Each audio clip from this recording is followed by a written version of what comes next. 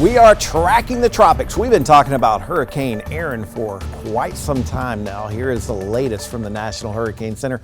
Still a powerful Category 4 storm. Does have winds of 130 miles per hour with gusts up to 160, moving towards the northwest at about 13 miles per hour.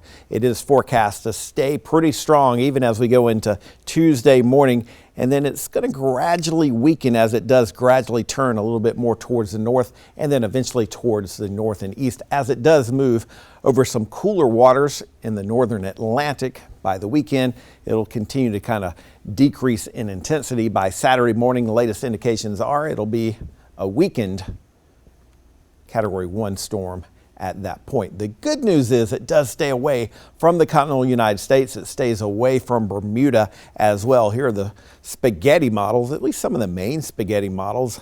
Pretty good consensus here as it does turn a little bit more towards the north and then towards the north and east.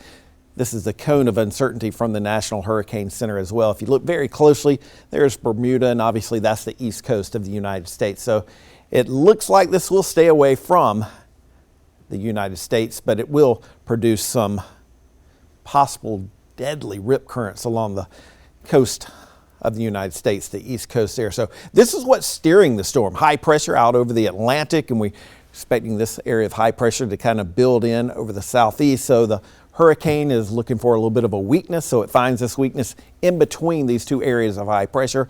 And kind of notice it here, moving on out and then moving away from the United States. So again, good news is it looks like it stays away from the United States and it stays away from Bermuda.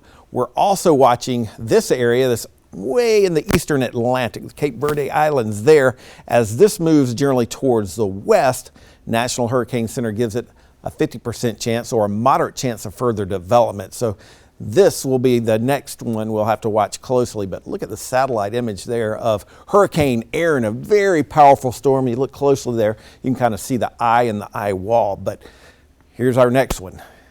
We'll be tracking as it moves over the open waters. Did make it to Category 5 status. Erin did. It's the only hurricane we've had, and obviously our first major hurricane of the 2025 season, but we do know, at least it's forecasted to be a very busy hurricane season. Officially, the season does continue until November the 30th.